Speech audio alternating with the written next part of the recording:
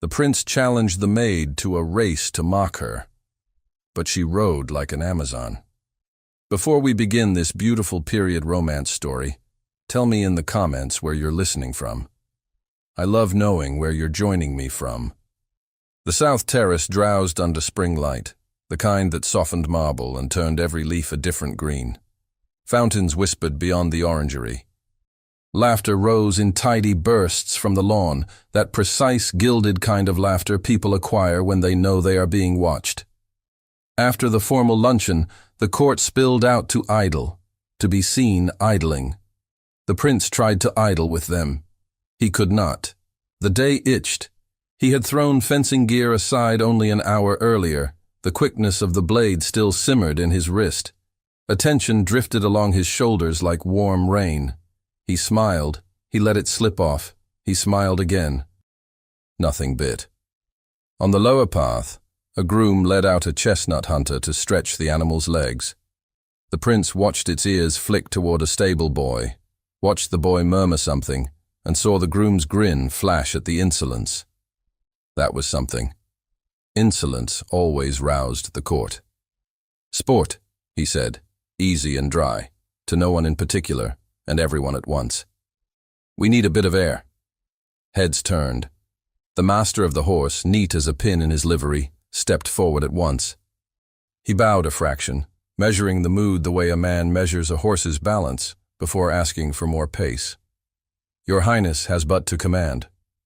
The prince walked to the gravel ring that circled the orangery lawn. He traced it with his boot heel, as if sketching a figure with a blade.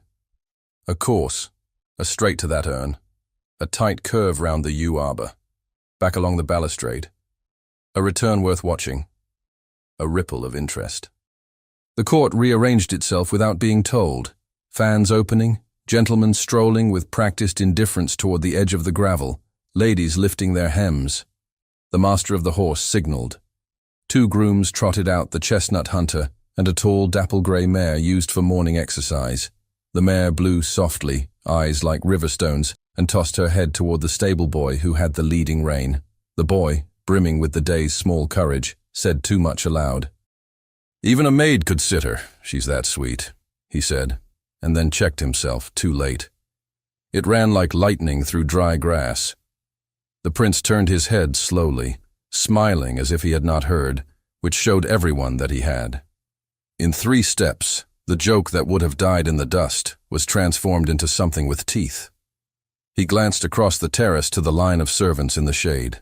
Sun flashed on silver canisters. Linen clean and white as new bone.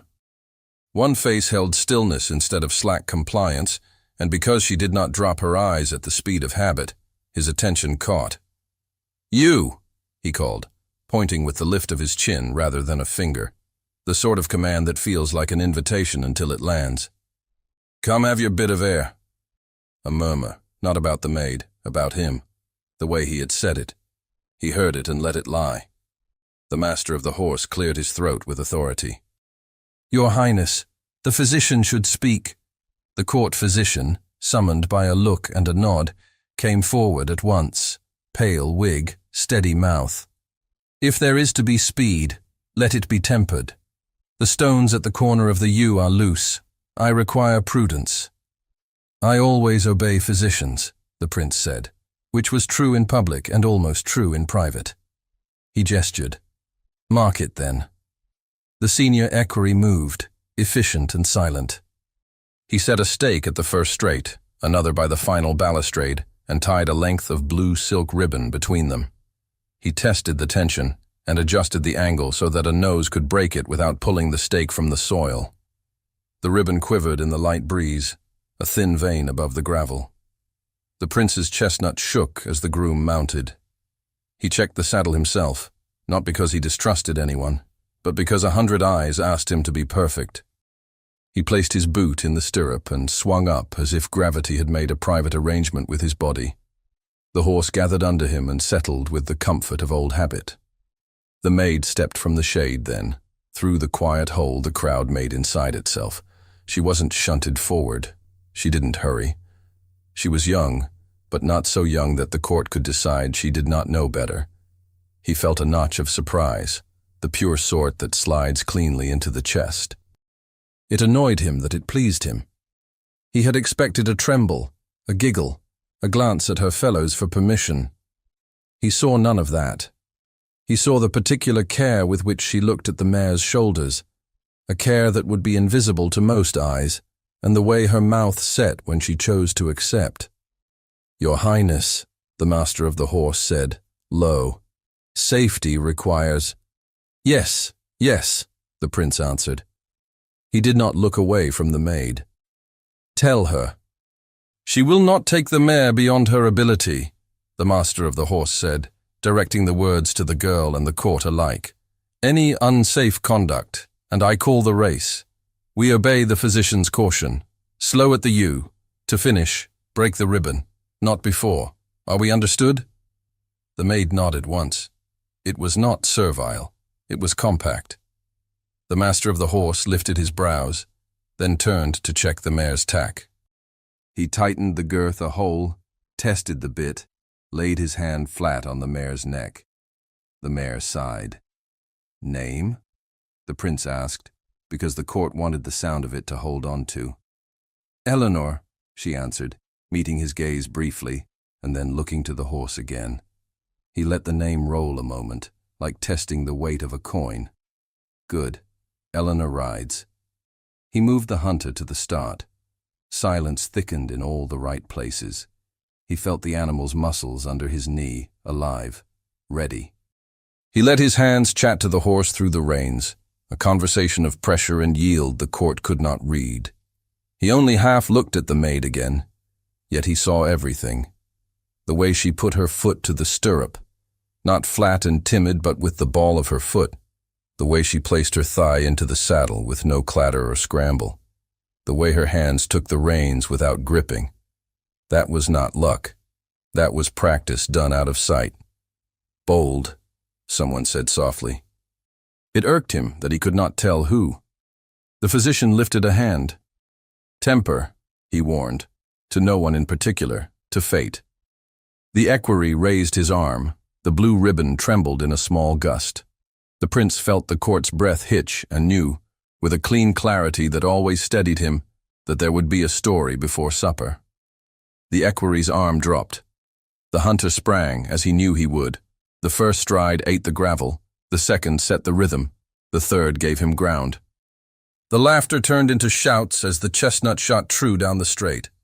The prince kept his body still, light in the saddle, giving the horse his head just enough. Air tore past his ears. Gravel spat backward. He tasted the metallic tingle of adrenaline and control. Better. This was better. Half a length ahead, then a hole. The first marble urn flashed by. He leaned into the curve and felt the chestnut's haunches gather, then slide a whisper on the loosened stones. He checked, the tiniest pulse in his fingers. The horse listened, corrected, obeyed. It took a beat, that correction. It cost nothing, he thought, then heard the court exhale, either in relief or hope he could not tell, and realized it had cost him something invisible until counted. He did not look back. He did not need to. He felt the presence behind him like weather. The yew arbor blurred, the curve tightened. The hunter's right fore landed on a patch more polished than it looked. A scatter of stones rolled beneath the hoof. He gathered, kept the lead, rode the check through. Somewhere in that neat movement was a stutter, and in that stutter, space opened. He came out of the curve and asked for more. The chestnut answered with the power he had paid for in sweat and coin. The return stretch ran along the balustrade like a promise. The ribbon glittered at the far end, a vein of blue to be cut. He heard it then. The mare's stride behind him could not be ignored. Growing, lengthening, no frantic clatter, no waste. He did not need to look to know the maid had timing. The thought struck with annoyance and a bright, unexpected pleasure that colored the edges of it. Who taught her that? Where? He pressed. The hunter surged. It would be enough. It had to be. It was very nearly enough. He saw the equerry's shoulder tense with his raised arm. He lowered his hands, freeing the chestnut's neck for the last drive. At the same instant, he felt the mare come out from behind his shoulder like an arrow freed from the hand, clean and low. The finish blossomed like a coin tossed into sun. He leaned and felt the chestnut's nose reach. A fraction. That was all it was. A fraction. The blue ribbon parted on another nose. Silence clapped around him like a cloak. He sat the check with grace. He always did. The chestnut blew hard, steam in the spring air. He slowed, turned the horse, and did not look at anyone until he had his own face in order. It took a breath, then another. The whole court noticed those breaths, and because they noticed, he forced a third into something like indifference. The master of the horse began to applaud, as if he could will sense into the room. A few others followed, and then the sound collapsed into uneasy quiet that felt honest. The prince stroked the chestnut's neck and rode to the side, calm, exact, as if this were the very outcome he had designed to show himself magnanimous. The effort taxed him, and therefore pleased him. He turned the hunter over to the grooms and did not step down until he decided to. When he did, the gravel under his boots held. He could feel eyes sliding off his back the way oil slides off marble. He did not mind being watched. He minded being measured. That was different. Out on the course, the maid's dapple grey stood with both ears forward, breathing with a deep, sane rhythm. The blue ribbon had snapped and fluttered, and in a twist of chance and wind, a loop of it had caught against the maid's sleeve where it now hung, like something both gaudy and undeserved, if one were inclined to think so. Enough of the court was inclined. He could hear the first whispers without caring about the words. Words were always the least important part. He looked past them to the way the master of the horse walked to the mare first, not to him, placed a hand on her withers, and nodded. That was honest too.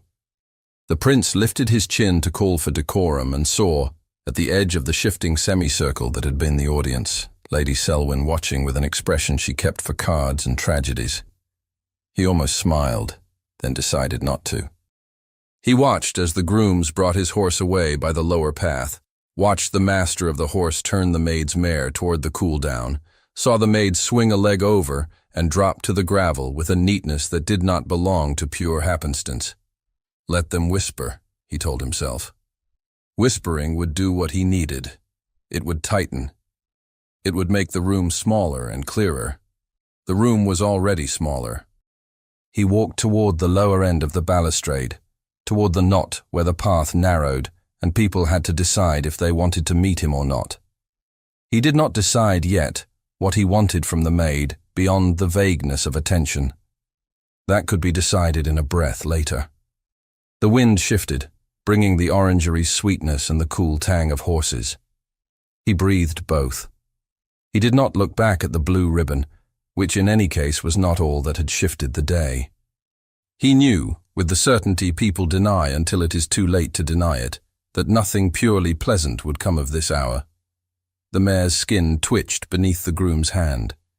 Eleanor placed her palm on the horse's neck and felt heat and effort under satin hair. The mare had more to give. Eleanor had kept her from giving it. That counted as pride in some mouths. In hers it counted as sense. She let the mare breathe. She let her own pulse slow.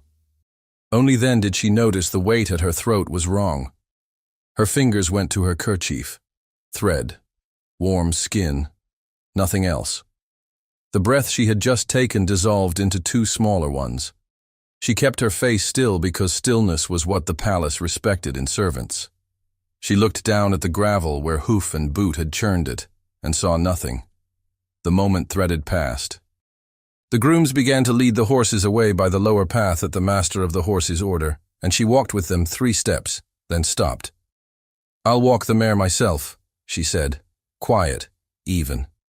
It was not truly a request. She had found that quiet, even statements gave her a space to act. The master of the horse considered her and the mare and the court's fresh scraped attention. "Walk her to the ewe and back," he said, "then hand her over." She nodded. She could have bowed and did not. Her hand slid from the mare's neck to the rein. The leather was warm and familiar. She owed her own steadiness to mornings when no one watched, when a lame pony was given into her keeping because no one had time to bother with him, when she learned the way horses breathe if you do not press them when they cannot answer. Those mornings were not icicles like jewels in the court's hair. They were the way you hold on. She led the mare under the trees. Air cooled in the shade. A fallen leaf stuck to the mare's haunch and dropped when she swished her tail.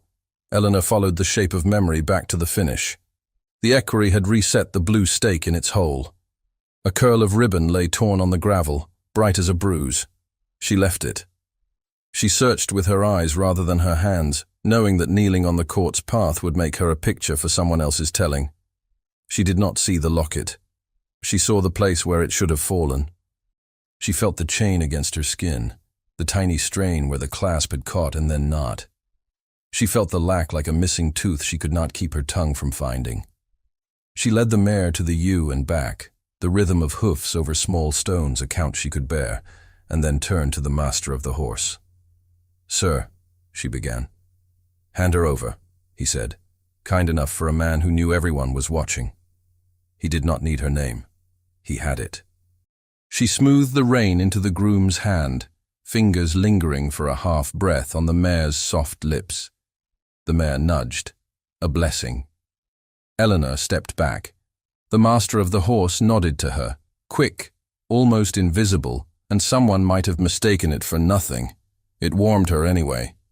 She took 2 steps along the line of the balustrade and then slipped to the edge, where the shadow caught her and made the court less visible to itself. The gardener's gravel left dust on the hem of her skirt. She moved it with a thoughtless swipe and looked again where the ribbon had snapped. If the locket had fallen, it would have slipped toward the slight dip where the path meets the lawn. An old habit of ordering linens and finding dropped pins told her where small things roll. She followed the thought and found more gravel. The locket was not there. What had she expected? That a trinket could fall in front of an entire court and be ignored? That the morning's luck would stretch to cover afternoon? A shadow crossed the light on the path. She bent at the same moment it bent. The gloved toe of a shoe brushed a glint of silver farther from the public eye. Eleanor's palm hovered over the place where it should have met her locket. It met air. By the time she lifted her eyes, the gloved hand had already closed on the oval. The glove was dove gray, not white. The seams were perfect. The wrist bone wore a narrow bracelet of gold thin enough to be an afterthought. In a house like this, bracelets said more than mouths. The glove turned the locket over. The gloved thumb stroked the surface as if cleaning away dust that would dare to collect on it. The motion revealed the faint engraving. An ash leaf above a chevron so narrow it could be mistaken for a scratch. The hand belonged to Lady Selwyn. Eleanor did not need to look higher than the hand to know it. Everyone knew her hands. They held cards and the edges of letters and small things that cost other people dear. The court made space for her the way water makes space for a knife. Lady Selwyn did not look at Eleanor. She did not look at the prince. She did not look at anyone. Her eyes followed the locket, not the room. It was a sort of arrogance that had nothing to do with titles and everything to do with certainty. She slipped the locket into her reticule with the same measured neatness with which she arranged her ribbons at table. Eleanor's breath did not change. There were other things that did. The day narrowed. The blue ribbon hung from her sleeve, light against her skin. She considered taking it off. She did not. The tiny defiance of leaving it there would not help her, but it felt like the only honest thing when everything else was turning into polite forms. The master of the horse raised his voice just enough. "Walk them away by the lower path," he called to the grooms. "Let them blow. No fuss." The mare's hoofbeats receded. The court's voices rearranged themselves into a pattern that sounded like civility and was nothing of the sort. Eleanor could feel eyes alighting on her and skittering away as if her skin had suddenly grown hot. She kept her head level and her hands folded. Her throat felt naked. The prince stood 10 paces off, not looking at her, and not looking. His pose had been recalibrated. That was the right word. He had put the weight of the moment into his spine and made it look like ease. When he finally did let his eyes fasten on her, It was with a steadiness that unspooled into something else the longer it held. He saw the ribbon on her sleeve, and because he saw it, the court saw it. He saw, too, that she reached, almost idly, for the place where a locket ought to have hung, and found nothing. He watched the small absence settle in. He did not move. The master of the horse, as if restoring a picture crooked on the wall, lifted a hand and told the nearest lackey to fetch water. The physician adjusted his cuffs and spoke to a person who needed no advice. The equerry fiddled with the stake as if the angle of a blue ribbon had ever mattered to history. Through all of it, Lady Selwyn walked at a measured pace, as if the gravel deserved her care. She did not tighten her reticule's drawstring. She did not touch it at all. Eleanor let herself look at Lady Selwyn's shoulder for one breath, and then at the hand with the glove whose seams she could map in the dark. That was not wise, but wisdom had not been enough to keep a locket on a chain.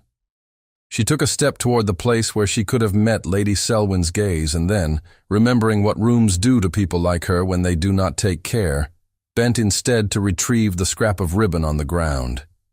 It came up bright between her fingers. She looped it round her wrist, beside the loop that had caught itself, because she needed to do something with her hands that looked like nothing. Sun moved on the lawn. The shadows edged toward evening.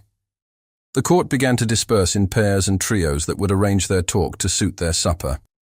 Eleanor could feel, in the way people turned their bodies, in the way they quoted each other's expressions, that the race was already a story someone else owned. The chestnut's shoes rang once on the lower path, a small sound that cut more cleanly than it should have. She waited for a glance, a signal, an instruction.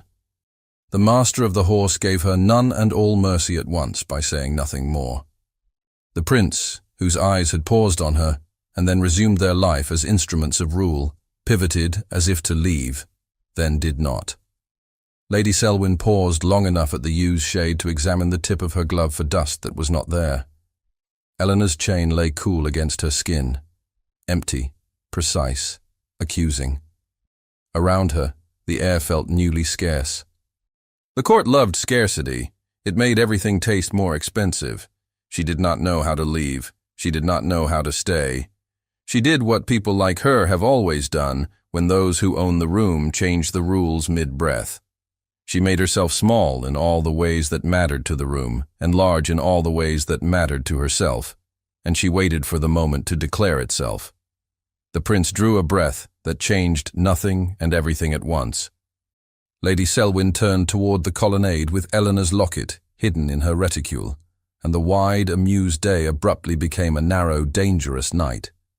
The prince stood very still and let the silence shape around him. He felt it, the new contour of the afternoon, the way attention changed temperature after a reversal. It stung and it steadied him in the same instant. He had been trained for rooms like this, for missteps turned into posture, for posture turned into story. "Inspect the corner," he said quietly, as if discussing nothing more than hedges. "The yews, stones.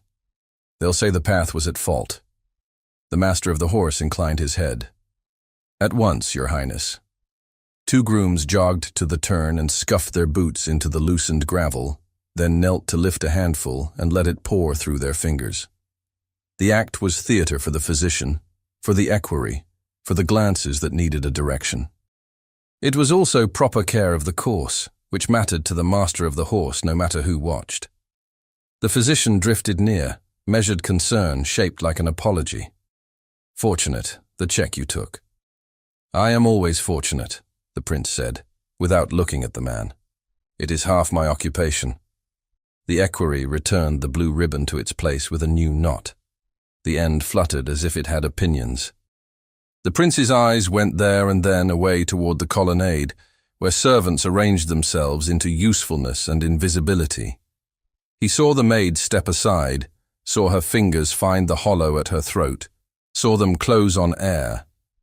It snared his attention again, that small absence, because something was always being taken in rooms like these, and most of the time the room pretended it hadn't noticed. "Shall I declare the mare a risk for afternoon sport?" the master of the horse asked low. following the line of caution that would let the court pack the moment back into etiquette. "No," the prince said. She was well chosen for what she did. There was a risk in that answer. He let it sit between them. The master of the horse absorbed it and said nothing more. Microhooks spun out around him without effort. The court loved implication. They could make a day last a month in their telling. He gave them a new thread. "Have the grooms cool both," he said. "Lower path. Avoid the noise." The master of the horse signaled. Handlers moved, practiced as water. The chestnut, all sinew and pride, walked with its ears half back, listening for the permission he would not give it again today. The dapple-gray mare tipped an ear toward the maid as if speaking. He saw her palm slide one last time over the horse's neck. He hated that he liked seeing it. "You require anything more of the afternoon, sir?" the physician asked, anxious to smooth what could not be smoothed. "I require supper," the prince said, and smiled in a way that made the suggestion harmless. "And something other than this to discuss." He turned slightly and caught Lady Selwyn's profile, the nonchalant exactness with which she held her reticule. His gaze touched it, moved on, returned for a half-breath that cost him more than it showed. She had her prize, whatever she imagined it to be. That, too, would have to be managed. He stepped back from the center of the lawn with a measured ease that told everyone decorum had returned, because he had decided it had. The trick, always, was to carry humiliation like a glass of water, level, without spilling, without clenching. As he reached the edge of the gravel, a junior understeward slid near with a bow that was almost a curtsy. "Your Highness, a suggestion from the Lord Chamberlain. The evening's reception might benefit from formality." "Will it?" the prince said. The question did not require an answer, only obedience. "You may tell him I welcome order." He watched the message leave the garden in the understeward's hands, a thin current joining larger ones moving invisibly through the house. He let himself look back once at the blue ribbon on the maid's sleeve. It was nothing. It was something. He walked away, as if it were nothing. Eleanor kept to the column's shadow and felt the ring of absence harden into sense. The court moved past in eddies. She stood still and did not snag anyone's eye. That was a skill, too. She measured everything the palace measured: posture, angles, the width of a smile. And then she measured what the palace never counted: breath, the feel of ground through thin leather soles, the scrape of linen on skin when your heart beat faster than was safe. She would have liked to kneel and comb the gravel with her hands. She had done more foolish things for less. She did not. The new rule of the hour: anything you touch becomes an accusation. "Back to your post," a voice said behind her, clipped but not unkind. The senior housemaid. "There is linen to change before the Queen's rest." Eleanor inclined her head and let her eyes say what her mouth could not say here. "Please. One moment." The housemaid saw and answered with a flick of her fingers toward the path. Nothing more. It was the sort of mercy that looks like nothing when written down and feels like a rope thrown to a swimmer. Eleanor moved along the servants' walk that skirted the orangery, keeping close to the hedge, letting the shade cover the flush in her cheeks. The air cooled as the stones gave way to flag. In the scullery passage, the smells reverted to the house's true language: starch, soap, warmed pewter, onion, beeswax. "Did you see?" a kitchen maid whispered as Eleanor passed, eyes bright with borrowed danger. "They say you flew. They say he turned pale." "I do not discuss," Eleanor replied, and kept walking. Her voice was even because evenness was armor. She reached the Queen's floor by the back stairs, hands clean and steady by the time she entered the antechamber. The supervisor eyed her wrists in a way that meant the blue ribbon had become an offense by existing. "What is that?" the woman said without rising above civility. "A scrap," Eleanor said. "I'll remove it." "Do," the supervisor said. "Quickly. We do not carry the lawn upstairs." Eleanor untied the loop with careful fingers and, because superstition is a kind of courage when you have nothing else, slipped it beneath the edge of her sleeve instead of letting it fall. Then she took up the work, freshening flowers, shaking out clean linen to catch light, aligning porcelain in a line so straight it calmed something raw inside her. She moved in the old rhythm, the one that belonged to mornings when the palace had not yet noticed her, when tasks were tasks and not messages. She almost found a place for her breath when a page arrived, soft-shoed, with a stiff square of paper pinched between two fingers. "For Eleanor," he said, as if the name were a question. The supervisor took it and turned it over, reading the seal with her eyes before she broke it with her thumb. She passed it to Eleanor without letting their hands touch. "The Lord Chamberlain requires a brief accounting of the afternoon's diversion," she said. "You will present yourself when called." Eleanor read the neat lines. The language contained neither threat nor kindness. It was a request that was not a request. "Yes," she said. The page lingered with the comfort of someone who has no stake in the outcome. "There may be another," he said idly. "They're sending in every direction." She nodded and put the note away where she kept her pins. Her heart, obedient to habit, slowed enough for her to notice it. She set a vase on a table. She arranged 6 stems, not 7. The second note arrived before she had finished the flowers. Different seal. The master of the horse this time, requesting the name of the groom who had tacked the mare and the time at which she was brought out. It asked for nothing more, and said much. That fault was being measured. That blame would find a level. The supervisor looked uncomfortable when she handed it over. "Answer only what is asked," she advised. "Nothing else." "I know the groom," Eleanor said. "I will give his name." "Choose your words," the supervisor said. "Words cost." "I have little to spend," Eleanor said, and set the vase down. In the scullery passage again, they had already built a different story. It always happened fast. A laundress folded a sheet and said, "She taunted him, they say."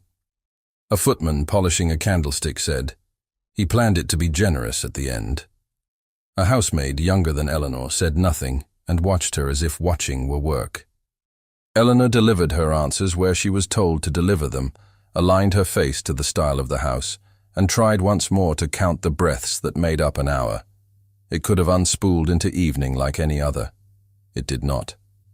Under the laurel walk, Lady Selwyn paced as if the leaves themselves were listening. She had sent the other women on, with a murmur about the heat and the glare and a headache that wasn't. The space was private by the oldest method, by the manner in which she possessed it.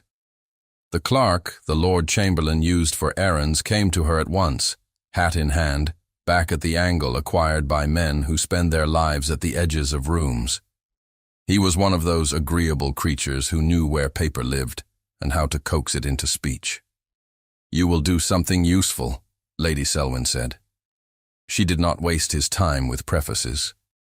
In the household records there is a catalogue of minor arms, a miscellany no one reads except men like you and ladies like me require it. You will find an ash leaf and tell me the names it has adorned. The engraving is very faint. It may be mistaken for a common leaf. It is not. The clerk nodded as if she had asked him whether the day was fine. "Yes, my lady." "You will also tell me," she added, pacing one measured length of gravel and back, "if any of those names have been extinguished in the last generation in such a way as to leave questions. We do not like questions. No, my lady. And you will not say my name to anyone while your hands are on those books, or after." He had the sense to look surprised by the implication. "My lady, I never speak." "Of course you do," she said lightly. "Only not when it matters. Go." He went, at a brisk pace that pretended to be casual. She stood, turned the locket over in her reticule without looking at it, and watched the court ripple with the aftershocks of the afternoon. She did not bother with indignation for the prince's sake or the maid's. Indignation did not pay. But she did care for stability. The court in chaos meant the wrong people spoke too loudly. The prince passed within sight, receiving a series of bows like a man walking through soft rain. Lady Selwyn let her lips part in a polite smile that did not warm at all. He did not meet her eyes. Good. She preferred a man who chose his vantage points. The clerk returned sooner than most would manage. That was why she used him. He had a paper folded across his palm, careful of the ink. He held it like a thing that could bite. "Ashcombe, my lady," he said quietly. "Baronetcy, Northam. Crest. Ash leaf proper above a chevron sable. Extinguished within 20 years. The debts were severe. The properties were sold to a consortium. I have a list of names." She did not look at the list in the garden. She had never liked seeing disaster under sun. "You will take this to the Lord Chamberlain's office," she said, "and say that a woman in service bears this device openly and that she was made public in a foolish game. You will say it looks like presumption, or at least is unseemly. You will stress prudence. You will not say my name." The clerk hesitated for the first time. "My lady, this touches—" "Yes," she said, and let the word cut him off with the sharpness of an ivory paper knife. "It touches everything. That is why we will not pretend it is nothing. Use the phrase household order. Use the phrase in the interest of restraint." Men love phrases. They hide in them. "Go." He went again. She walked once more along the laurel's edge, measuring her steps to the rhythm of a piece of music she didn't like, because it kept her pace steady. Later in the west corridor, he crossed back with his hat in his hands and a different angle to his back. He had been to the Lord Chamberlain. He had been to the private secretary because the Lord Chamberlain is a creature of pathways and did not wish to appear to act behind a royal's shoulder. The web pulled taut. Lady Selwyn breathed in once, the sort of breath that burns in good lungs, and let it go. "Thank you," she said, which was not gratitude so much as routine. "Your ladyship," he said, and vanished into the linen of the house. The prince's private secretary found him in the smaller music room where he had not gone to make music. He had gone to sit with his hands clasped behind his back on a window ledge because it looked like calm and felt like a rope. "There is to be a change this evening," the secretary said. He was a man of polished elbows and good silence. "The Lord Chamberlain proposes a formal dinner in the long gallery." "Proposes," the prince repeated, and let the word amuse both of them. "For what purpose?" "To honor certain guests, and to clarify a matter touching the household's conduct," the secretary said, quoting precisely. "To punish a maid and teach me a lesson without naming either," the prince said. "Good. It would be vulgar to be explicit." The secretary did not smile. "There is also the matter of a device, an ash leaf above a chevron. It has been seen on the person of the maid. It concerns several eyes who remember old accounts." "Old accounts are the only kind that matter here," the prince said. He did not ask how the device had traveled from a maid's throat to eyes that sat at high tables. He knew. It had walked in a glove. He let silence have the room for a count of 8. "We will not rage," he said at last. "We will attend dinner." He softened his voice. "Send a note to the master of the horse. Ask him to put in writing the management of the course. Ask nothing more." "Yes, sir." "And ask the Lord Chamberlain," he added, with a courtesy that could be translated as warning or as grace, "to grant me the minimal kindness of being informed before he calls any name." The secretary bowed, neat and exact. Meetings like this were how a house did not devour itself. By dusk, the house had changed skin. You could hear it in the steps. Ceremony has a different weight. The herald stood at the foot of the great staircase and struck his staff against marble. The sound traveled like a tide up the walls and down the corridors. Even the servants felt it in their bones. That order had been declared. "His lordship announces a change," the herald called, and everything he did with a voice. "The informal reception is replaced by a formal dinner in the long gallery, to honor distinguished guests and to clarify a matter touching the household's conduct. Attendance is required." No one mistook what that meant. A formal dinner was a room made into a stage. In the service quarters, footmen polished silver, so fast the air shook with it. The understeward reviewed seating that was not his to review, and then reviewed it again, because it calmed him. 2 pages ran in opposite directions, each carrying the same message, because redundancy has always been the fortress of men terrified of disorder. Eleanor, in the antechamber, placed a dish where it belonged, turned, and heard the staff strike like a judgment. The sound passed through the floorboards and into her feet. She stopped moving long enough to make herself take 1 step, then another. The senior housemaid returned with a small bundle tied in a square of muslin. "Your supper," she said, which meant, "Eat now, there may be no chance later." The kindness scuffed against pride, but Eleanor had learned the price of refusing kindness that was inconvenient to her idea of herself. She ate 2 bites of bread that tasted like nothing and made water taste like iron. A page came with a sealed note. He did not hand it to the supervisor. He held it in both hands for Eleanor to take, as if the angle of delivery were a message. She wiped her fingers on a clean cloth and took it. The seal wore the Lord Chamberlain's device. That did not surprise her. What surprised her was how steady her thumb was when she broke it. "Eleanor," the note said, and then her surname as the house had it, spelled as clerks spell when they cannot be bothered to ask. "You will be in attendance in the lower gallery this evening from the first course until released by the Lord Chamberlain. You will remain available to be called. No law in it. Plenty of command." "Do I dress differently?" she asked the senior housemaid, because questions were better asked than swallowed when they could save you later. "You go as you are," the woman said. "You are not to draw the eye. You will be present. You will say what is asked and nothing else, and you will not tremble." "I do not tremble," Eleanor said. It sounded like a boast. It was a prayer. She tucked the note into her apron pocket with the others. The paper sat against the blue ribbon under her sleeve like 2 kinds of promise. She felt foolish for thinking in that direction and could not stop. "Keep your hands folded," the supervisor said in a low voice. "Men read hands. They think they are reading hearts." "I will be careful," Eleanor said. "As careful as I can." The corridor to the lower gallery made a long, pale line under the last of the day. Candles had been set at intervals. The wax smelled expensive. She walked it with the gait of persons who know they are seen and cannot afford to look like it matters. The lower gallery opened into the air of the long gallery like a held breath. Servants darted with covered dishes. A footman worked out a spot of silver he had missed.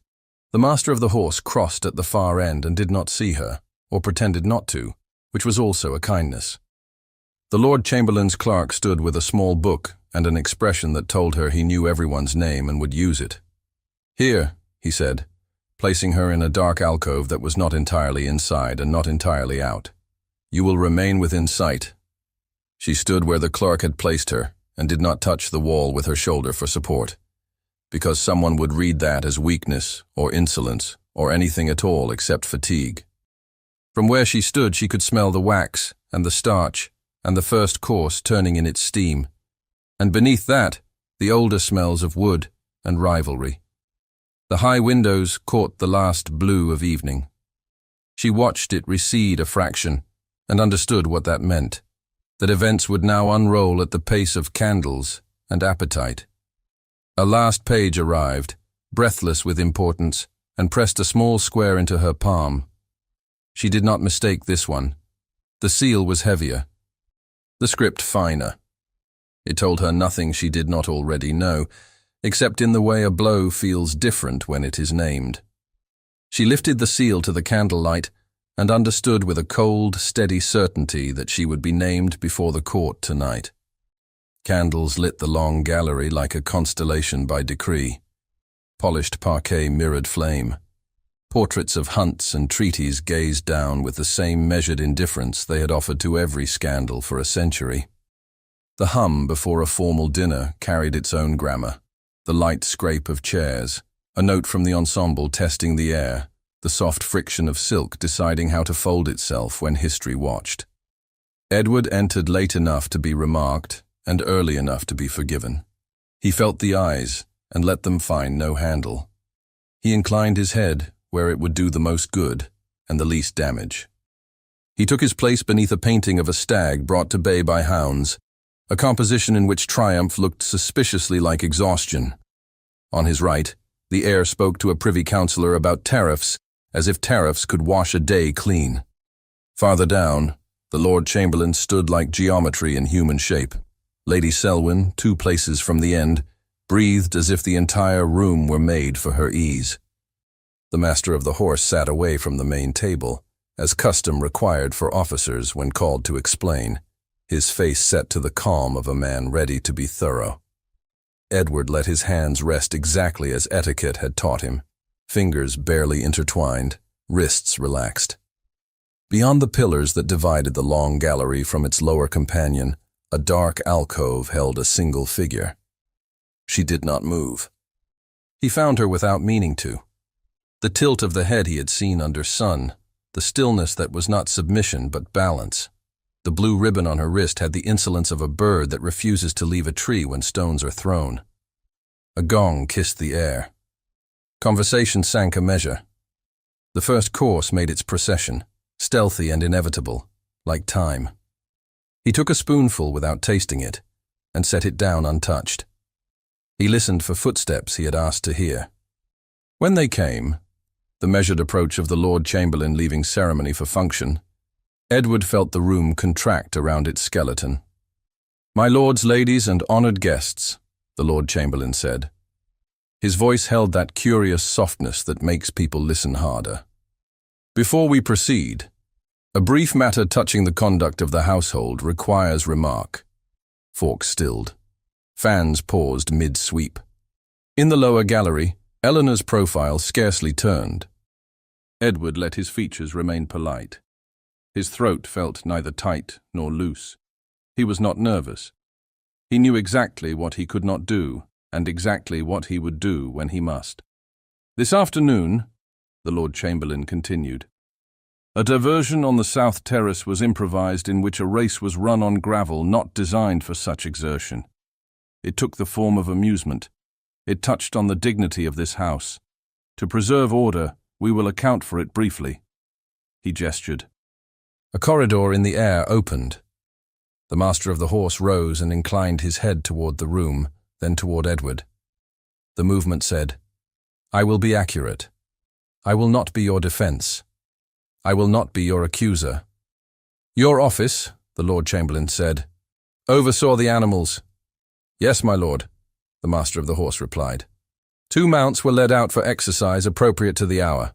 A course was marked by the senior equerry. The corners were inspected. The physician advised temper. My grooms stood by.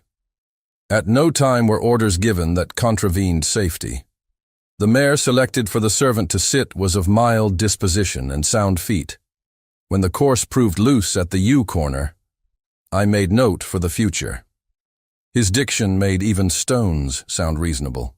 He left out what rooms add as garnish. He did not say the prince had asked.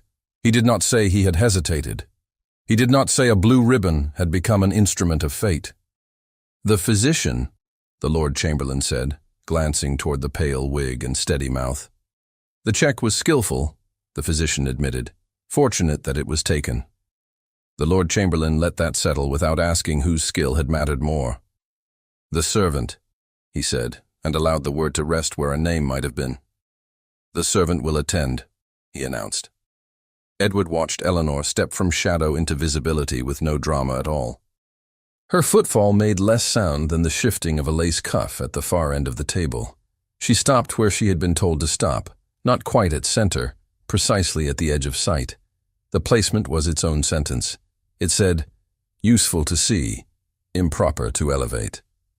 "Your name," the Lord Chamberlain said, permitting ritual. "Eleanor," she answered. The room wanted more. She did not give it. "In service to Her Majesty." Lady Selwyn's fan swept once and closed as if it felt a draught. "You rode this afternoon," the Lord Chamberlain said. "I was told to," Eleanor said. "I obeyed. I kept to the physician's caution. I did not urge beyond the mare's safety." The Master of the Horse inclined his head a fraction. It was not for the Lord Chamberlain. It was for himself. "And you wore," the Lord Chamberlain said, allowing his tone to remain correct, "an object that has caused alarm." Now Lady Selwyn's hand, wearing its perfect glove, lifted with the patience of someone accustomed to being chosen. The Lord Chamberlain nodded. The gesture that followed was small and violent in its implications. She opened her reticule and produced the locket by its edge between two fingers, like a truth held at a distance. "This was not worn openly as a declaration," Lady Selwyn said, almost mild. "It fell. I picked it up to prevent loss. Before returning it, I thought it prudent to remark upon the engraving, which resembles the device of an extinguished house." The locket flashed, a single pulse of light.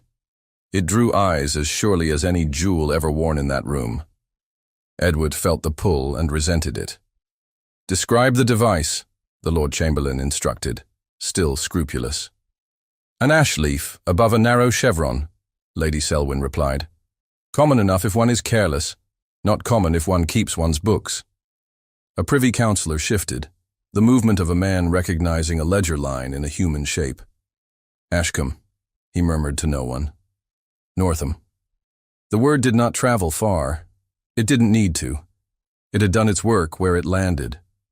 The Lord Chamberlain did not lift his chin so much as sharpen the angle of his neck. "Eleanor," he said, "how came you by this?" "My mother's," she said. "She kept it.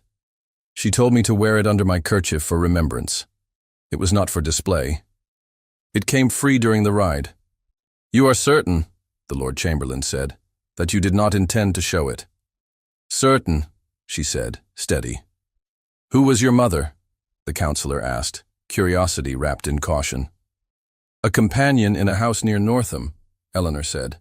"She served a kinswoman to those of that estate. She did not speak of names the way the court speaks of them. She spoke of promises. They did not hold." There was a small breath drawn several places at once, the sound a fire makes when someone opens a window. Edward felt heat in it. He took a sip of wine and tasted nothing, which told him too much. "The crest," Lady Selwyn said to the Lord Chamberlain, almost gentle, "has not been publicly displayed by any entitled to bear it in 2 decades. Its appearance here, even by accident, invites misreading. We all wish to avoid misreading." Edward looked down the table and saw expressions arrange themselves into the safe shapes required by prudence. The heir murmured to the privy councillor about something that was not this, which meant it was very much this. The ensemble shifted to another low piece. The wax dripped as if nothing had happened in any century. The Lord Chamberlain had a duty drawn on him like a sword. He would not lay it down because Edward asked him to. He would hold it because the house held him. "You will understand," he said to the room, and to no one in particular, and to the future later, that objects carrying devices of extinguished houses cannot circulate among persons in service without attracting questions that do harm. To the household, to the person, to any involved, unknowingly. He glanced at Edward, a courtesy he bestowed without fear. Edward met his eyes, and with an exactness learned from years of courting the line between idle and insolent, inclined his head to acknowledge both the point and the manner of making it. "Therefore," the Lord Chamberlain continued, "pending review of particulars, household order requires that the person in question be removed from public rooms at once and escorted from the palace at dawn. References will be withheld until antecedents are clarified. Access to the stables is barred. Officers who oversaw the afternoon are exonerated in their execution of duty and will proceed with their posts." It landed like a guillotine lowered without force. No sound, only a different arrangement of air. Edward knew the path if he let himself walk it. Do nothing now. Plead later in cleaner rooms. Pay debts discreetly where law cannot reach. It was the path men take when their skin cannot endure weather. He was wet already. He raised his hand, not to halt, but to mark his presence. "My lord," he said, voice mild enough to remain lawful, "as the person who initiated the hour, I ask that censure fall where it began. You will have no trouble finding my antecedents." A ripple of laughter did not quite happen. The Lord Chamberlain did not permit it. Your Royal Highness knows, he replied, that household order is visible order. We address what can be maintained in front of those who must be kept in comfort. I accept your remark as evidence of concern and wisdom. It does not alter my duty. He turned to a captain of guards who had taken his place discreetly at the back. 2 men, he said, without raising his voice. You will escort the person to the steward's office to await removal at dawn. You will be courteous. You will be seen. The captain bowed. He did not need to look to know who was to be escorted. He had been in the room long enough to learn how to read it. He signaled.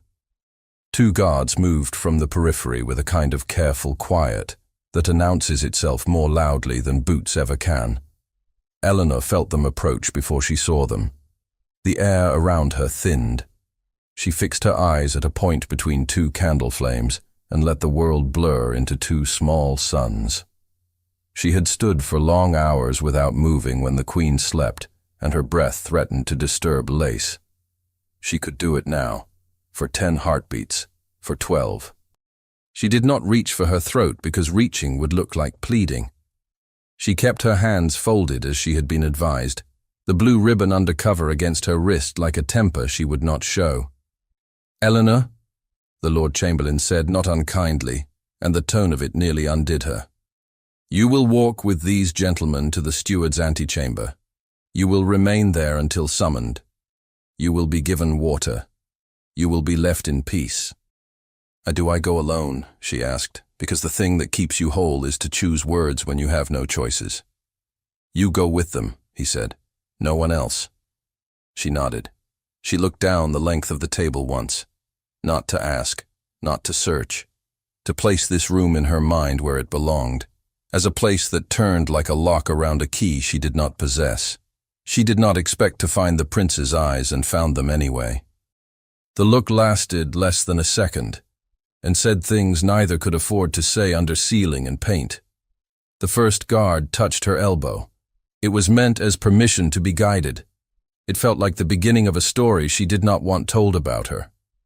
You will be gentle, the master of the horse said into the air a little too loudly, as if anyone had planned otherwise.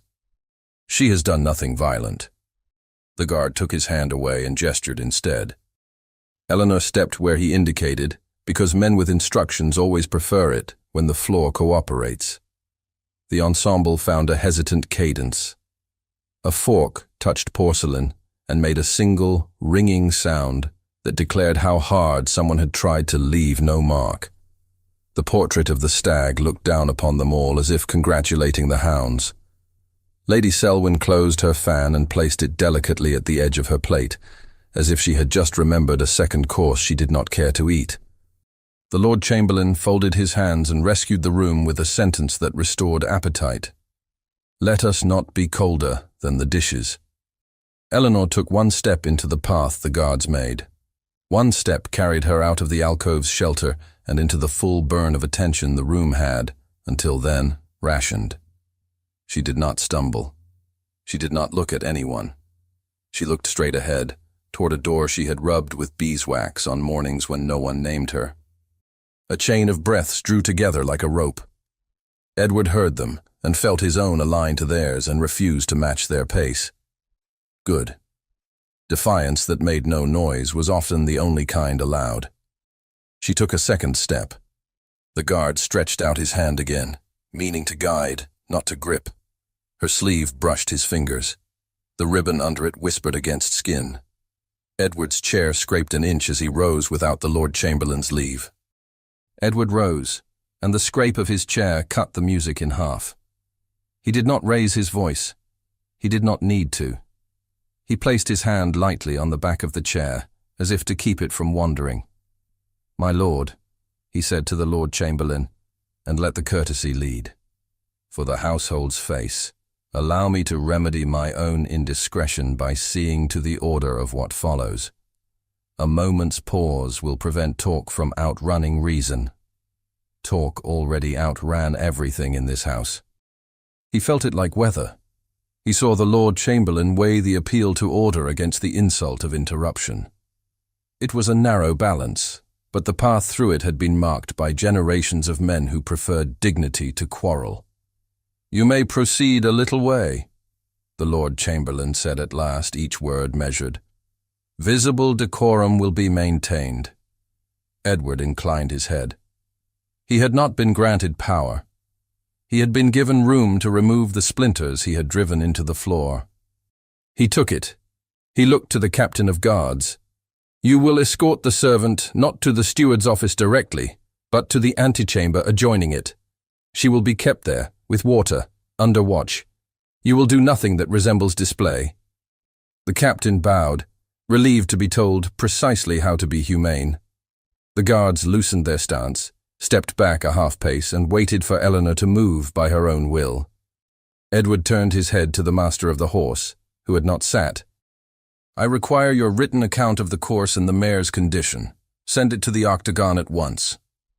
Yes, your highness. To his private secretary. Fetch the chaplain and the keeper of the records to the octagon. I request the parish registers for Northam and the household catalogue of arms. Quietly. We will disturb no more plates than necessary. The secretary vanished like ink drawn into blotting paper. Edward looked again at the Lord Chamberlain, offering him the chance to object in the language of raised eyebrows. The Lord Chamberlain inclined his head, admitting the virtue of procedure when it was his hand that turned the key. Eleanor moved then. She did not let the guards take her elbow. She followed their gesture instead, framing obedience as choice. She left the brightness of the long gallery and slipped into the lesser light beyond. A single figure swallowed by linens and stone. Edward watched her disappear and felt the room grow bearable by a degree. It was not mercy, it was management. He sat because to remain standing would be to make drama where he required silence. The ensemble picked up the thread it had dropped. The air resumed the work of pretending to be air. He ate nothing. Eleanor's soles met cooler stone in the passage, and the sound of music dropped behind her like a curtain. The guards walked at an angle that let her go first without feeling chased. It was a courtesy learned by men told to be courteous under lanterns. She could smell beeswax and paper dust, old friends of corridors that store decisions. They passed the steward's door, a familiar oak face she had polished in mornings that asked nothing of her but care. The guards turned her toward the smaller room that served as the steward's antechamber. It was square and clean, with a chair and a table, and nothing that could be mistaken for comfort if you had your dignity with you. The guards took their places outside the threshold, not inside. She noted that, and breathed a fraction easier. A senior housemaid appeared like a person sprung from woodwork. She set a shawl around Eleanor's shoulders with a briskness that made it less like pity. For the draught, she said. You sit if you wish, you stand if you wish. Water will be brought. Thank you, Eleanor said. The words put a hand under her spine. She sat. She stood again. Sitting felt too much like permanence. Standing felt like being counted. She stood. She folded her hands because that was how they had told her hands behaved when they were not needed. Under her sleeve, the ribbon's edge touched skin like a question she could not answer. The Lord Chamberlain's clerk appeared in the doorway, took in the room with an efficient glance, and disappeared again. The slow machine had begun to turn. She did not know whether the machine would roll over her or carry her. In the long gallery, Edward let conversation brush him like harmless insects. He did not swat. He only waited for the right sound, the cadence of his secretary's feet returning with compliance instead of excuses. He did not need to wait long. The man slipped to his side with the air of a shadow informed. Your Highness, the octagon is ready. The master of the horse prepares his statement. The chaplain is found. The keeper comes with the folio you requested.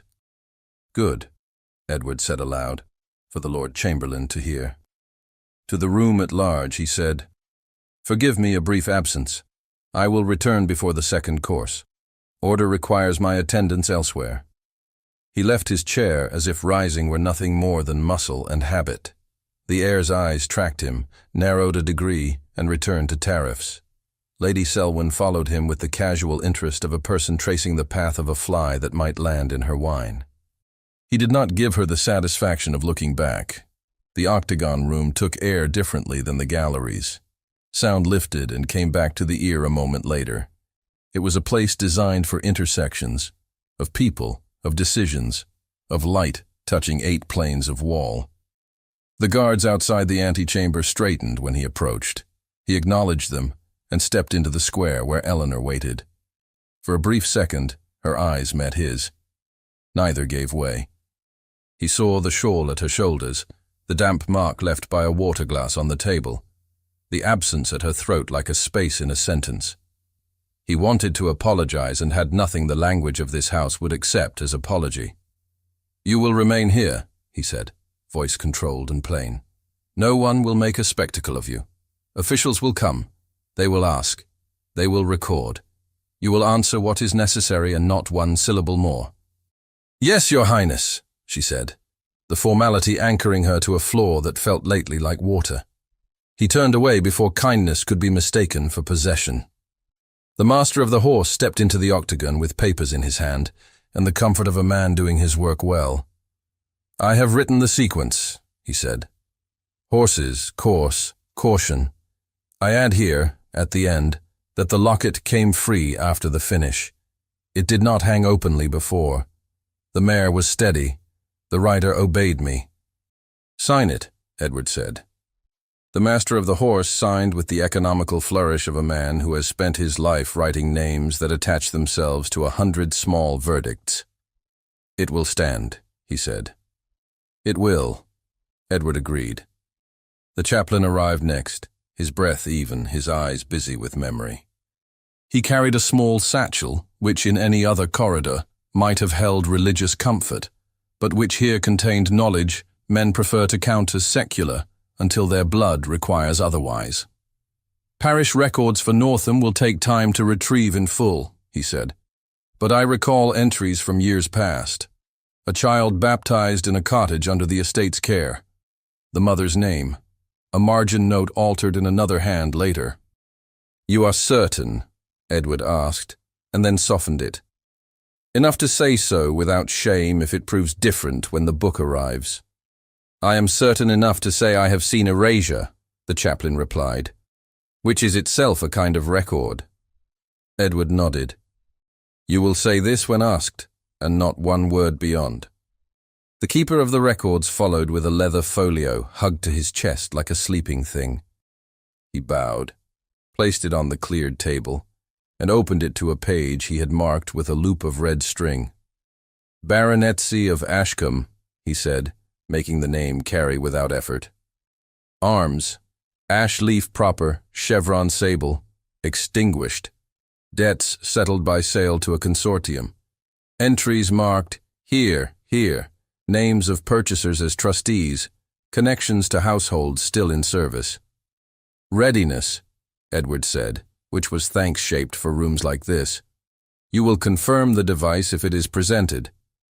"I will confirm the engraving matches the catalogue," the keeper replied. "I do not read blood." "You read ink," Edward said. "That will do." Footsteps approached that changed air before they made sound. The Lord Chamberlain came into the octagon with the inevitability of a law arriving at the scene it created. He took in everything, papers, persons, posture, and left nothing unread. "Your Royal Highness," he said, a greeting and a reminder. "You have set in motion a private review. It can function barely without tearing the seam of decorum, but we must be brief. The House cannot sustain a bifurcated attention past the second course." "I am finished with drama," Edward said. "I ask only that we avoid error when the room is crowded enough to make error permanent." "That," the Lord Chamberlain said, "is reasonable." Lady Selwyn slipped into the octagon then, as if she had been expected. She had not, and yet she had. She waited at the threshold with an expression of mild interest that did not fool anyone whose salary depended on sensing a storm through a brick wall. "Lady Selwyn," the Lord Chamberlain said, by way of naming the piece already on the board. "My lord," she replied, turning her reticule in her fingers without opening it. "I believe there is an object that belongs on your table rather than in my keeping." She came forward when invited and drew out the locket with care. Up close in this cooler light, the engraving's faintness revealed itself. Not a bold crest shouted from a coach door, but a private mark pressed into silver long ago. The keeper of the records leaned, not too far, never too far, and compared it to the drawing in his book. "It is the same device," he said. "The style differs by hand, but not by meaning." The Lord Chamberlain nodded once and looked to the chaplain. "The registers," he prompted. "Altered marginalia in the year consistent with the age of the person in question," the chaplain said. "Nothing that makes a claim. Enough that a promise may have been made and withdrawn." Edward stood very still. Promises carry different weights in different rooms. In this house, a promise given to a servant is a thing men call kindness until they are asked to honor it under candlelight. The Lord Chamberlain let a quiet gather. It was not uncomfortable. It was the sort a room makes when it has remembered its purpose. "We will not adjudicate a baronetcy that no longer exists," he said. "We will not invent blood. We will correct a public misstep by avoiding a second one. The removal at dawn is suspended pending this review. The person will not be led through rooms like a cautionary tale. She will remain in the antechamber under watch and in comfort. When we have the registers in hand, we will note them. Tonight, we will avoid scandal." He glanced toward Eleanor through the open doorway as if to verify she still existed. She stood where he had left her, the shawl around her shoulders, hands quiet. Her eyes were not dull. They never had been. Edward felt something ease that had sat across his chest since the ribbon broke. It was not victory. It was the chance to choose. "Bring her into the circle," the Lord Chamberlain said to the guard, not as elevation, but as acknowledgement. "She will hear the words that concern her." "She will correct an error if she hears one." Eleanor stepped into the octagon and felt the geometry of it receive her like a mild trap. She placed herself where told, not at the head of the table, not at the corner, but within the area where lamp and book and silver lay. The locket rested on the wood with its chain coiled like a question mark.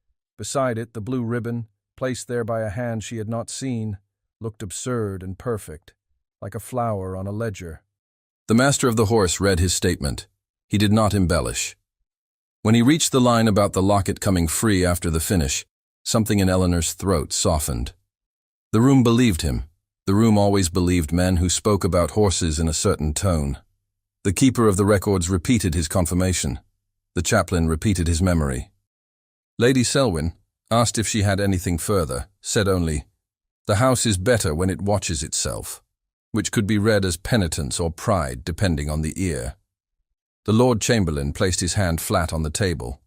"So," he said, concluding a thing without performing it, "we will carry this order back to the long gallery before rumour eats through the tablecloth. At the close of the first course, we will resume ordinary talk. Later, we will announce what we must in a tone that leaves no edges for amateurs to cut themselves upon." His gaze moved from face to face, making certain no one intended to be brave in the wrong direction. He met Edward's eyes last. "Your Royal Highness will return with me," he said. "It will help." "It will," Edward agreed. He looked once at Eleanor and almost said the wrong thing. He settled for the right one, even if it was thin. "You will stay within sight of the attendants here," he said. "You will not be left alone. When called, you will stand with me and hear what is said." "I understand," she answered. It did not sound like gratitude. It sounded like resolve. The Lord Chamberlain signaled, and 2 footmen came silently to adjust the room for a reading that might yet move into a different chamber if grace allowed. More candles were placed on the table. The flame drew the engraving out of the locket as if from water. Wax scent sharpened, clean, and serious. Chairs were set, not for comfort, but for witness. Lady Selwyn watched the arrangement with an expression that finally flickered. It was not defeat. It was recognition that the day had shifted from card trick to audit. The master of the horse, dismissed to his own sphere, inclined his head to Eleanor as he passed. It was so small that if you blinked you missed it. She did not blink. Edward took his place at the side of the table, not at the head. He did not belong at the head of this. He had forfeited the right earlier with a blue ribbon and a need to be amused. Standing to the side was a penance so slight a conqueror would have laughed at it. It mattered to him anyway. In the corridor beyond, the music lifted in the long gallery, as if to remind these 8 walls that the house had a separate heart that must continue to beat. The Lord Chamberlain adjusted his cuff, as if it were a phrase. "Shall we?" he asked no one, and to everyone. They were ready to return for the octagon held. Eleanor's gaze fell to the objects on a silver oval with a faint leaf, a thin blue ribbon without a meaning until someone gave it one, and she felt the room's temperature change from spectacle to settlement. Review prepared to step from the court. The Lord Chamberlain reached for the door, and the long gallery breathed again. Edward matched his pace. They entered side by side, not as rivals, but as 2 instruments of the same house tuned to different notes. The ensemble softened and then steadied. Candles burnished the air as if a hand had passed across them. Heads turned. The simple act of returning made the room feel safe, or at least well lit. "Forgive the pause," the Lord Chamberlain said, his voice rounding the edges. "We resume." He did not resume. He rethreaded the hour. "Before the second course," he continued, "a clarification. This afternoon's diversion has been weighed briefly in private to spare the appetite of those who prefer their order unruffled. The officers who oversaw the management of the animals are exonerated. The physician's caution was honored. Impropriety lay only in the impulse for spectacle." He let the word rest, the way a judge lays a hand upon a book. It did not belong to anyone's name until someone picked it up. Edward stood. He knew where his place had to be. He kept his hands open. "If spectacle is to be named, let it be mine," he said, light cutting through like a blade. "I called an hour that did not honor the room. Censure belongs there." No one applauded. Good rooms do not clap for a man who answers for himself. They shift a fraction and make space. The Lord Chamberlain inclined his head as if adjusting a lamp. "So noted. As for the person drawn into this, we will not multiply error. The object that troubled us has been identified by the keeper of the records as bearing a device of an extinguished house. The chaplain recalls a parish entry and its erasure. This is not claim to title. It is proof of a promise neglected." A current moved the length of the table and back. It smelled of wax and old paper and relief. "Therefore," he said, and allowed the word to carry its proper weight, "there will be no dismissal. The household is best served when it corrects itself without cruelty. The person will be reassigned from the Queen's apartments to a post of less exposure, and a stipend will be granted from the privy purse in recognition of past service overlooked." He did not stare down scandal. He took the wind out of it and set the cloths back on the table. He gestured, and the master of the horse stood. "You are publicly cleared," the Lord Chamberlain said. "See to your animals." "My lord," the master of the horse replied with a bow that was almost pleasure. Edward felt the room reorder itself around a decision. He looked toward the lower gallery. Eleanor stood in the doorway to the octagon's light, the shawl's edge at her shoulder, hands folded. She had not moved forward uninvited. He felt the pull of decorum upon both of them and chose to carry it rather than tear it. "Bring her into the room," the Lord Chamberlain said to the captain of guards, quiet as courtesy. She came as if stepping through temperature change. The long gallery's brightness took her skin and made it deliberate. She stopped where a servant should stop, not at the center, not at the end. She did not look down. She did not look up too far. She stood in the line of sight he had left for her. "The locket," the Lord Chamberlain said, and lifted it from the table where it had rested. He did not offer it himself. He understood the court's appetite for symbols better than most. He placed it on the table again, within reach of a hand that must be allowed to reach. Eleanor stepped forward a half step and took the chain. It slid over her fingers like a river. She lifted it and fastened the clasp with a surety that made Edward's throat ache. She did not kiss it. She did not make theatre. She returned what was hers to where it belonged and waited for the room to decide what else would be done to her. It did not matter to the court, but it mattered to him that her hands did not shake. "Your Majesty is not present," the Lord Chamberlain said to the heir, acknowledging absence with ritual. "But the house is, and the house will remember itself as humane." It was the most generous sentence a bureaucrat could utter under a painting of dogs. He would have left it there. It would have been enough. Edward felt the edge where restraint becomes cowardice, and chose one thing more. He approached the table not as a prince toward a subject, but as a man toward a wrong he had made public. The blue ribbon lay beside the silver oval, looking absurd and important, that accidental emblem the court had already transmuted into a moral. He lifted it. He could feel the room tighten and then hold. He did not mind being seen when being seen corrected rather than amused. He stood before Eleanor, close enough to let those closest see that his face had learned new meanings for the day, far enough to make no one gasp for the wrong reasons. "Allow me to put away what I set loose," he said, "for her and for everyone, and for himself." She lifted her wrist. He could see the faint mark where fabric had pressed all afternoon. He looped the blue ribbon and tied it with neatness, not ceremony, the way a man ties a glove string before he goes into weather. The knot held. It did not shine. It did not dazzle. It did not claim or purchase. It acknowledged. "Not as prize," he said, so quietly that only the Lord Chamberlain and the closest faces would hear. "As apology." "Accepted," she answered, the syllables steady, the air around them newly breathable. Lady Selwyn watched with the cool smile of a woman who knows the difference between confession and theatre. Her fan remained shut. She seemed to absorb the gesture not as defeat to her vigilance, but as the conclusion her caution had made possible, by pushing the matter into light before it fell into rumour and rot. The Lord Chamberlain nodded at the ribbon as if checking a figure. "Let us dine," he said, as if that had been the point all along. He gave the signal. The ensemble took up a light piece that made people forget they had just watched men and women inhabit their best and worst selves. Conversation rose like steam. Plates moved. The house exhaled.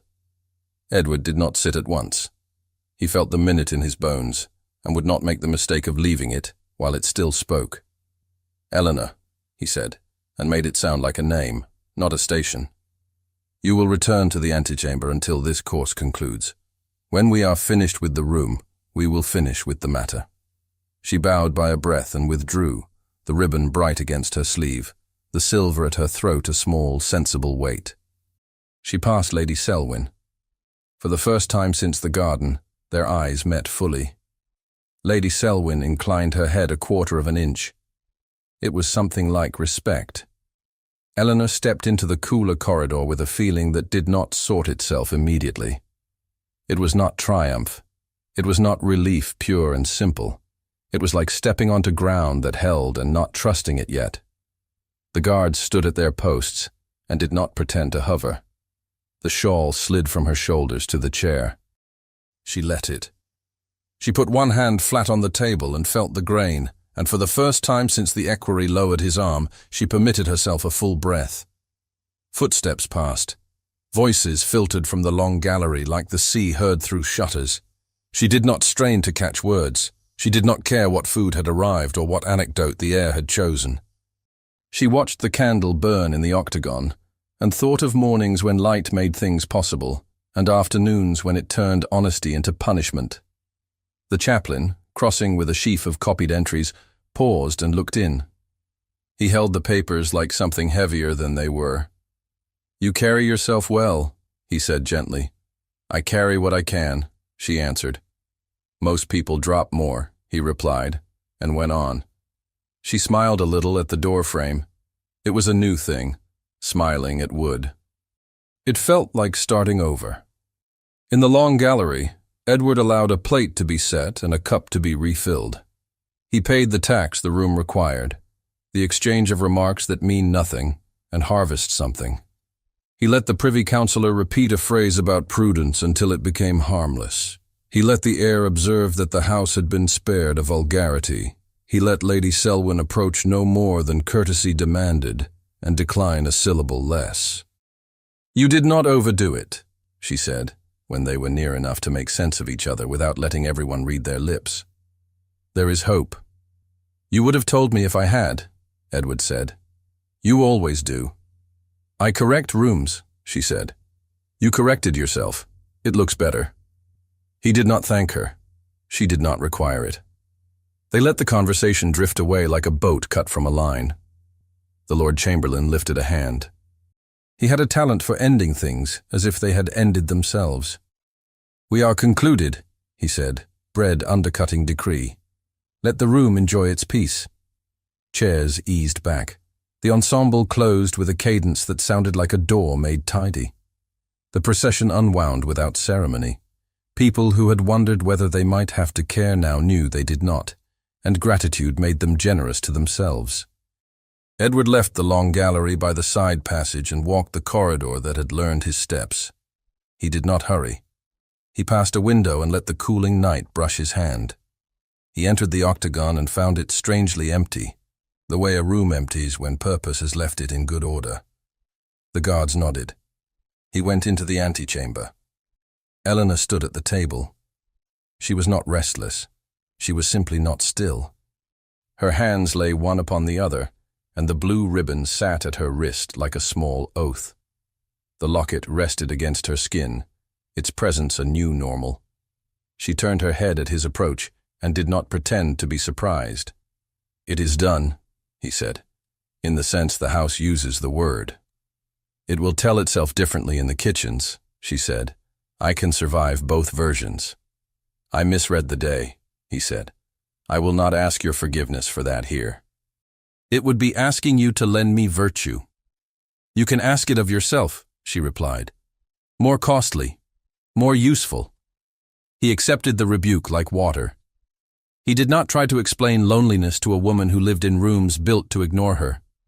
He did not explain pride to someone who had only the shape of it and not the permission.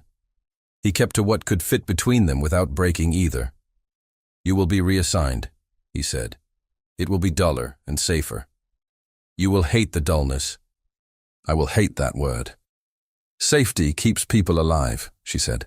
"Dullness keeps them from being pointed at.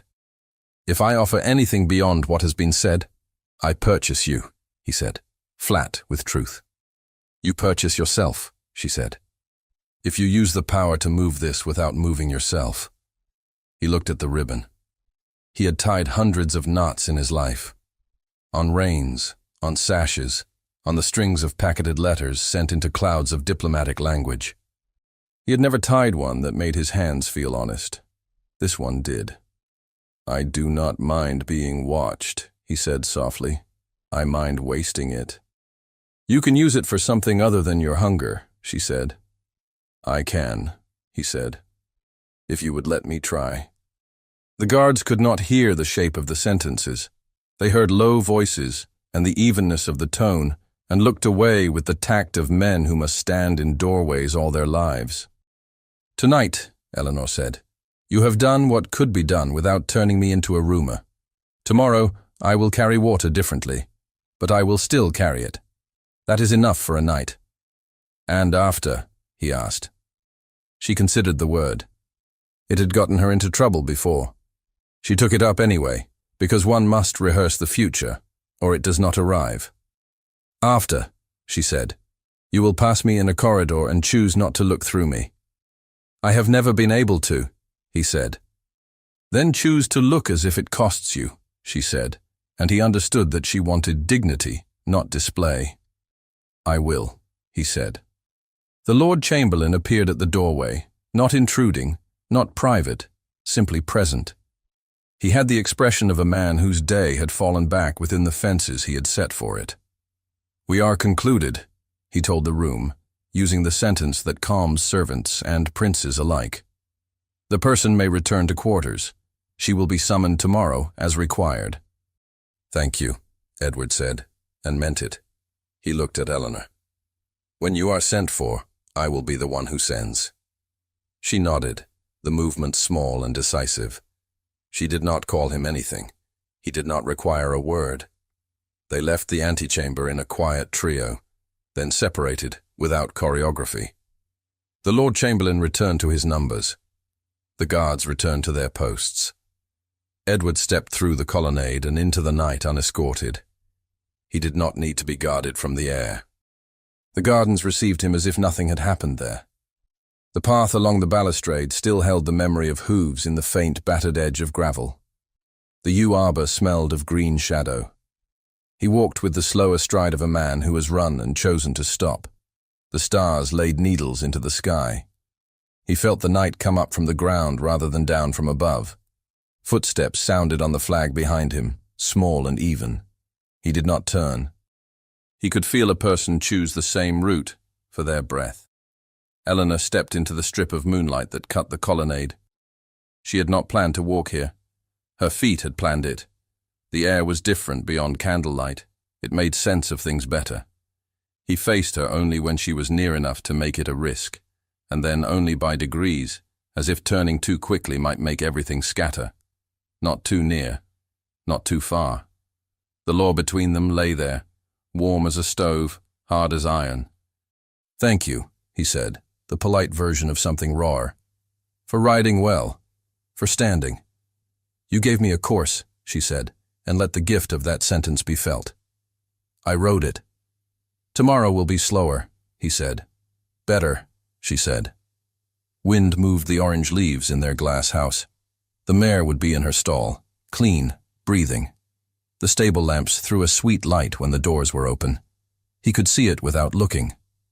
He held out a hand, palm up, not asking for hers, but offering a surface where something could rest. She did not put her hand in it. She laid an invisible weight there, the acknowledgement of a day, the beginning of something that could not be named yet without ruining it. "You will be watched," she said. "If you tie knots like this again, they will call you soft." "I can bear it," he said. "You have borne worse," she answered. He smiled at that, because it was true, and because she had not said it to flatter him. "May I see you to the end of the walk?" he asked, because that was a custom that could be offered without scandal when the hour was late and no one's nerves required performance. "You may walk where you please," she said. "I will walk as well." They moved along the balustrade with nothing dramatic in their posture. A shadow traveled with them. The blue ribbon touched the back of her hand with every step and made a rhythm of its own.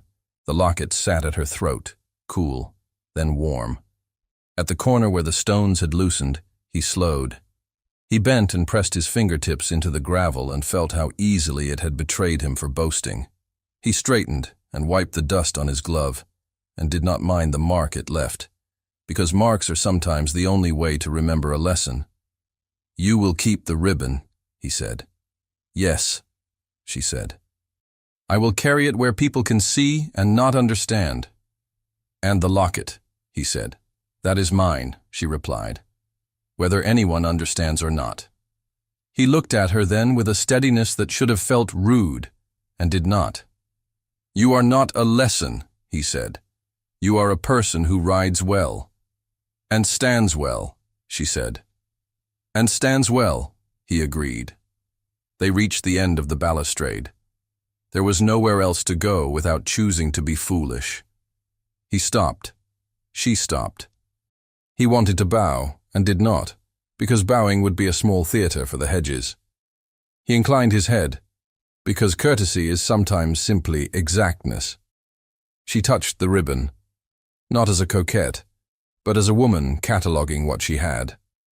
He watched her do it and felt, for the first time that day, that he had put something right enough to forgive himself for what he had begun. "Good night," she said. "Good night," he answered. "Tomorrow I will be careful." "Tomorrow I will be the same person," she said, and the bravery of it broke him a little and made him whole. They parted with the sounds of a house settling around them. A door closed somewhere with a decent finality. The fountain recommenced its whisper. The stars did what they have always done. He walked back along the colonnade without haste. She turned toward the service wing where duties slept until dawn. Both carried the same small colors, blue at the wrist, silver at the throat. Their meanings revised without being erased, the race's mockery remade into something steadier, a promise chosen rather than a spectacle suffered. Thank you so much for listening to this story all the way to the end. We hope it moved you as much as it moved us while telling it.